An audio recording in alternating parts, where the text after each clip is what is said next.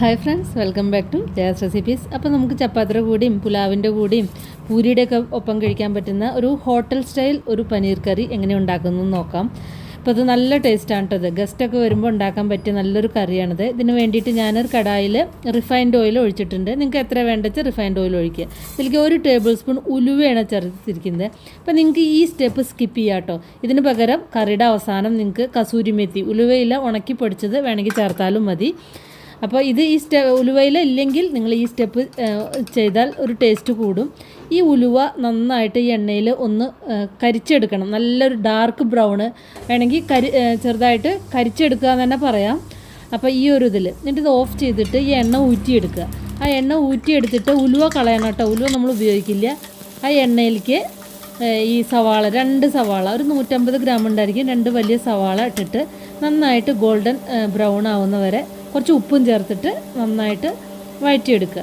നല്ലൊരു ഗോൾഡൻ കളറാവണം, അല്ലെങ്കിൽ ഒരു ലൈറ്റ് ബ്രൗൺ കളറായിരിക്കണം സവാളയ്ക്ക്. അപ്പോൾ സവാള ഇതാ ഒരു ഗോൾഡൻ കളറായിട്ടുണ്ട്, അല്ലെങ്കിൽ ലൈറ്റ് ഒരു ബ്രൗൺ കളറായിട്ട് ഉണ്ട്. അപ്പോൾ നന്നായി മൂത്ത് വന്നിട്ടുണ്ട്. അപ്പോൾ ഈ ഇതിലേക്ക് ഞാൻ 1 ടീസ്പൂൺ ഗ്രീൻ ചില്ലി പേസ്റ്റാണ് ചേർക്കുന്നത്. പച്ചമുളക് അരച്ചത് അല്ലെങ്കിൽ പച്ചമുളക് ചതച്ചതായാലും മതി. 1 ടീസ്പൂൺ, അതായത് എരിവിനനുസരിച്ച് ചേർക്കുക. പേസ്റ്റ് ആണെങ്കിൽ കൂടുതൽ നല്ലത് കേട്ടോ.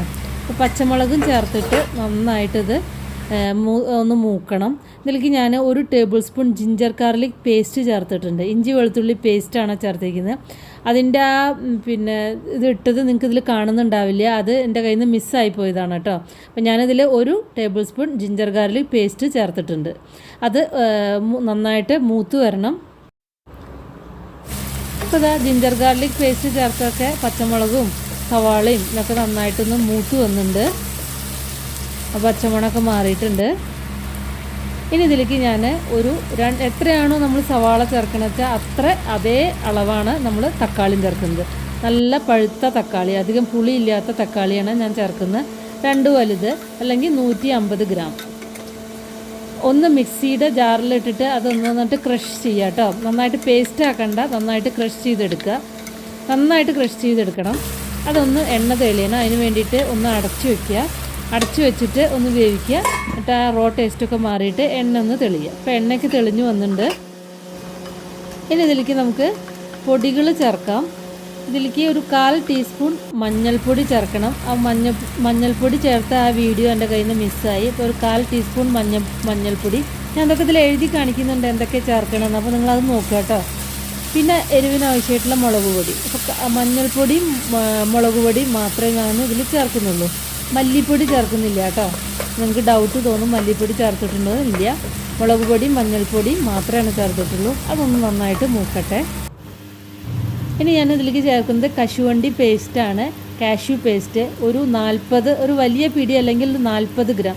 ഇതിൽ കശുവണ്ടി പേസ്റ്റ് കുറച്ച് കൂടുതൽ ചേർക്കും കേട്ടോ. ഒരു റിച്ച് ടേസ്റ്റാണ് അതിന്. അപ്പോൾ അതിന് വേണ്ടിയിട്ട് കശുവണ്ടി നിങ്ങൾക്ക് വേണമെങ്കിൽ കുറയ്ക്കാം, പക്ഷേ ഇത് നല്ല ടേസ്റ്റാണ് അങ്ങനെ ചേർത്താൽ. ഒരു 40 ഗ്രാം തിളച്ച വെള്ളത്തിലിട്ടിട്ട് ഒന്ന് കുതിർത്ത് ഒരു 5 മിനിറ്റ്, അല്ലെങ്കിൽ ഒന്ന് തിളപ്പിച്ചതിൻ്റെ ശേഷം എടുത്തിട്ട് നന്നായിട്ട് പേസ്റ്റ് ആക്കിയിടുക. ഇത് നന്നായിട്ട് 1 മിനിറ്റ് ഒന്ന് ജസ്റ്റ് ഒന്ന് മിക്സ് ചെയ്താൽ മതി. ഇപ്പോൾ നന്നായിട്ട് മിക്സ് ആയിട്ടുണ്ട്. ഇനി ഇതിലേക്ക് ഞാൻ അടുത്തായിട്ട് ചേർക്കാൻ പോകുന്നത് ഒരു 1/2 കപ്പിനേക്കാൾ കുറവ് തീരെ പുളിയില്ലാത്ത തൈരാണ് കേട്ടോ. തൈരൊന്ന് അടിച്ചിട്ട് ചേർത്ത് കൊടുത്താൽ മതി. ഒന്ന് മിക്സിയിലൊന്ന് ജാറിലൊന്നിട്ട് അടിക്കുക. അപ്പോൾ തീരെ പുളിയില്ലാത്ത തൈരാവണം. ഇപ്പോൾ നിങ്ങളുടെ കയ്യിൽ പുളിയുള്ള തൈരാണെങ്കിൽ അതിനനുസരിച്ച് നിങ്ങൾ അളവ് കുറയ്ക്കണം. തൈരിൻ്റെ പുളി കൂടിപ്പോയാൽ ഈ കറിക്ക് ഒട്ടും ടേസ്റ്റ് ഉണ്ടാവില്ല. അപ്പോൾ നിങ്ങൾ പുളിയില്ലാത്ത തൈര് തന്നെ ചേർക്കുക. ഞാനിപ്പോൾ ഒരു 1/2 കപ്പിനേക്കാൾ താഴെ ഒരു 90 ml 100 ml അടുത്തൊക്കെയാണ് ഞാൻ ചേർത്തിട്ടുള്ളൂ. ഒട്ടും പുളിയില്ലാത്ത തൈരാണ്. പുളിയുള്ള ആണെങ്കിൽ ഞാൻ വീണ്ടും അതാ പറയുന്നത്, നിങ്ങൾ അളവ് കുറയ്ക്കണം കേട്ടോ. അത് ശ്രദ്ധിക്കണം. അപ്പോൾ അതെല്ലാം കൂടി ചേർത്തിട്ട് ഒന്ന് അടച്ചു വെക്കണം കേട്ടോ. അത് കഴിഞ്ഞിട്ട് ഇത് എണ്ണ തെളിഞ്ഞു വന്നിട്ടുണ്ട്.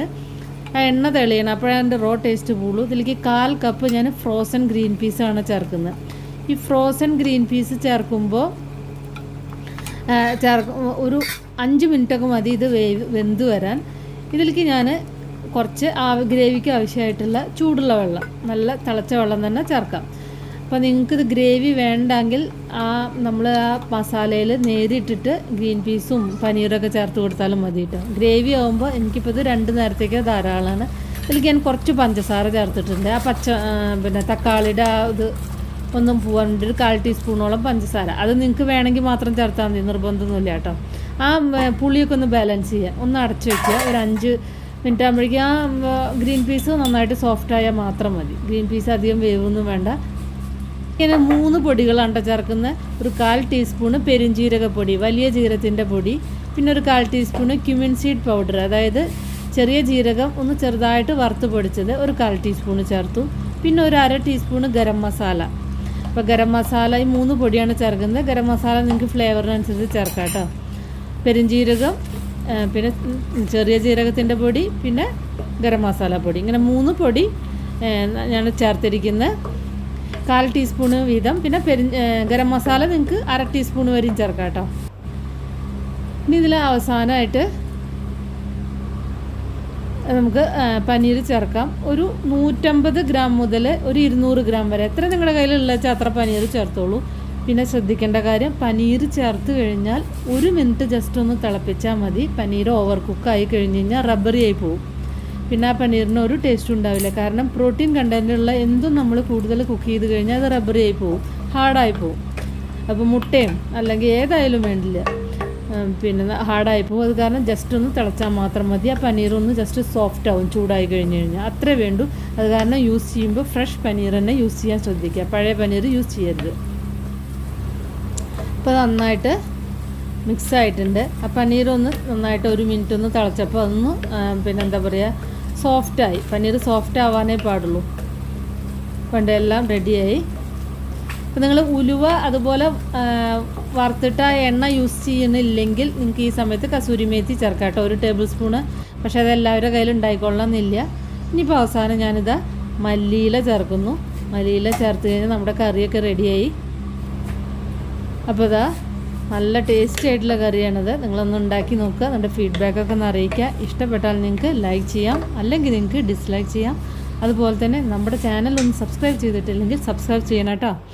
ജയാസ് റെസിപ്പീസ് ഫേസ്ബുക്ക് പേജ് ഉണ്ട്, അതൊന്ന് ലൈക്ക് ചെയ്യാനും ഷെയർ ചെയ്യാനൊന്നും മറക്കണ്ട. അതുപോലെ തന്നെ ഫോളോ ചെയ്യാനൊന്നും മറക്കരുത്. അപ്പം നമുക്ക് വേറൊരു ഈസി റെസിപ്പി വീണ്ടും കാണാം. താങ്ക്